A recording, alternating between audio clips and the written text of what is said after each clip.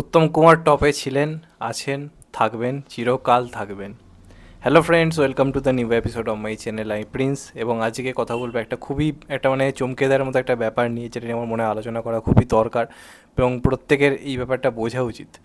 তো আমি দাদুর কাছে শুনেছি যে উত্তম কুমারের এরাটা কী ধরনের ছিল, কী ধরনের, ওনার সিনেমা দেখার জন্য বাঙালিরা পুরোপুরি একত্রিত হয়ে থাকতো, কীরম ধরনের একটা ইউনিটি গড়ে উঠেছিল দর্শকের মধ্যে, যে উত্তম কুমার মানে এমন একজন দর্শক নেই যে উত্তম কুমারের সিনেমা দেখতে যাবে না।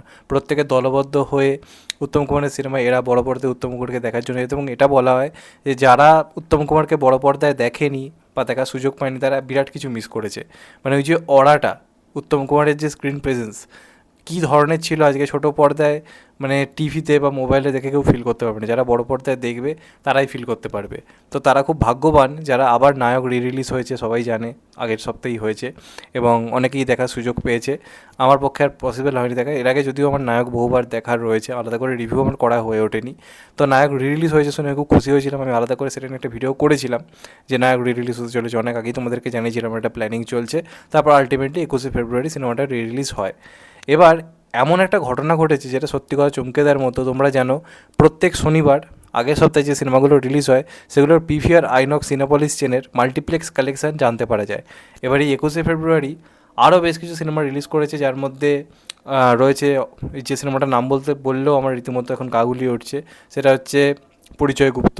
এবং আরেকটা সিনেমা রিলিজ করেছে 10ই জুলাই বলে। এছাড়া তো বলিউডে কিছু সিনেমা যেরকম প্রত্যেক সপ্তাহে আসে রিলিজ করেছে। তো নায়কও রিলিজ করেছে এবং এই সিনেমাটা কিন্তু প্রত্যেকটা বাঙালির দেখা, টিভিতে বহুবার মানুষ দেখেছে, ইউটিউবে অ্যাভেলেবেল রয়েছে। আমি যখন ভিডিওটা করছি তখন আমি আর খেয়াল করছি কি জানি না, তবে আগে কদিন আগে অবধিও ছিল, ইউটিউবে অ্যাভেলেবেল ছিল বা হয়তো এখন আছে এবং ওটিটি প্ল্যাটফর্মেও অ্যাভেলেবেল রয়েছে। তো নায়ক দেখেনি এমন মানুষের কিন্তু খুবই অভাব। প্লাস এখন একটা এমন সিচুয়েশান যে মানুষকে সিনেমা হলে নিয়ে যাওয়া যাচ্ছে না, খুব হাই বলে সিনেমা রিলিজ না করলে। এই সপ্তাহে বা এই জানুয়ারি থেকে ফেব্রুয়ারির মাসে তো অনেক সিনেমা রিলিজ করলো, কোনোটাই মাল্টিপ্লেক্স কালেকশানে ওই বিনোদিনী এবং সত্যি বলে সত্যি কিছু নেই, এগুলো বাদে সবকটা সিনেমা কিন্তু ডিজাস্টার হয়েছে। কোনো সিনেমা 1 লাখের গন্ডি পার করতে পারেনি, এই ঘটনা আমরা দেখেছি। সেখানে দাঁড়িয়ে এই সিনেমাটা রিলিজ হয়েছে, প্লাস শো সংখ্যা খুবই কম, মাত্র 10টা সিনেমাতে রিলিজ করেছিল। সেইখান থেকে যা কালেকশান করেছে ভাই, কাঁপিয়ে রেখে দেওয়ার মতো। এবং উত্তম কুমারকে আজও বড় পর্দায় দেখার সুযোগ মানুষ ছাড়ছে না। যারা যাচ্ছে তারা জানে যে তারা কী দেখতে পেতে চলেছে বড় পর্দাতে। হয়তো বহুবার দেখা, কিন্তু উত্তম কুমারকে ওইভাবে দেখা, এই যে কদিন আগে যখন অতি উত্তম রিলিজ করলো সিনেমাটা, বক্স অফিসের মেন কারণই ছিল কিন্তু উত্তম কুমারের জন্য একটা সিনেমা প্রায় 1 থেকে 1.5 কোটির একটা বক্স অফিস আনে, উত্তম কুমারকে দেখার জন্য লোকে গেছে। সেটাকে বলে অরা, ওটাকে বলে ক্রেজ। আমি তখন নিজের চোখে দেখেছিলাম, আলাদা করে ভিডিও করেছিলাম যে উত্তম কুমারের ক্রেজ নিয়ে। আর এখন এই সিনেমাটাতে বহুবার মানুষের দেখা, এতবার দেখেছে, তা সত্ত্বেও রিলিজ করেছে। ধরো টিকিটের প্রাইস 150 থেকে 250, এত বেশি, যেখানে এত টাকার লোকের সিনেমা দেখতে হলে টানানো যাচ্ছে না, এত প্রমোশনের পরেও আমরা দেখতে পাই বহু সিনেমার ক্ষেত্রে।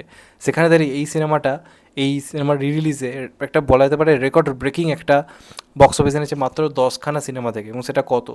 3 লক্ষ টাকা। 3 লক্ষ টাকা ইনকাম করেছে। যেখানে নতুন রিলিজ হওয়া পরিচয় গুপ্ত, ঋত্বিক দা নাকি এত বড় বড় ডায়লগ, এত বড় বড় কথা, তার সিনেমা কালেকশন করেছে মাত্র 30,000 টাকা। 10ই জুলাই বলে সিনেমা রিলিজ করেছে, সেটার অবস্থাও বেহাল। তার আগে তো বাবুসোনা 50,000-এ বক্স অফিস করেছে, এত মাসি সং টং এটা ওটা দিয়ে আরও বহু সিনেমা তো রিলিজ করেছে, কোনোটাই 1 লাখের গন্ডি পার করতে পারেনি। সেখানে দাঁড়িয়ে উত্তম কুমারের শুধু নামে এবং সত্যজিৎ রায়, দুটো নাম এবং নায়ক, আজও কতটা গ্রহণযোগ্য। দেখো, একটা সিনেমা এতটা ভালো বানিয়েছিল যে আজও মানুষ এটাকে দেখার জন্য, রিপিট ভ্যালুটা বুঝতে পারছো কতটা বেশি। এটাকে বলে ক্রেজ, এটাকে বলে সুপার স্টারডম, সুপার অরা। এটাকে বলে পারফর্ম।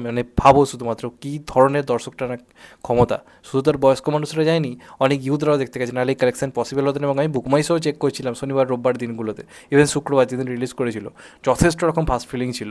নতুন রিলিজ হওয়ার শোগুলোতে কোনো ভিড়ই নেই, আর এটা দেখতে লোকে ভালো রকম ভিড় করছে। কোনো কোনো জায়গায় হাউসফুল, কোনো কোনো জায়গায় 50% হল পুরোপুরি ভর্তি হয়ে যাচ্ছে। এটাকে বলে ম্যাডনেস। সিরিয়াসলি কোথাও গিয়ে সেই অরাটা ফিল করলাম। এবং এই সপ্তাহের মাল্টিপ্লেক্স কালেকশন প্রমাণ করে দেয় উত্তম কুমার কী জিনিস। জাস্ট প্রমাণ হলো, উনি হয়তো পৃথিবীতে নেই, কিন্তু ওনার সেই কাজ আজও পৃথিবীতে রয়ে গেছে, আজও সেটার অর্ডার রয়ে গেছে, এটা মানতেই হবে।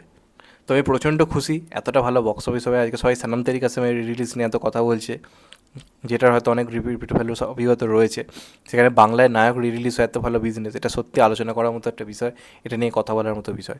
যে কারণে ভিডিওটা করলাম। তোমাদের কেমন লাগলো ভিডিওটা কমেন্ট করে অবশ্যই জানিও। চ্যানেলটা নতুন হলে চ্যানেলটা সাবস্ক্রাইব করে দিও অ্যান্ড কেটে বেল আইকন।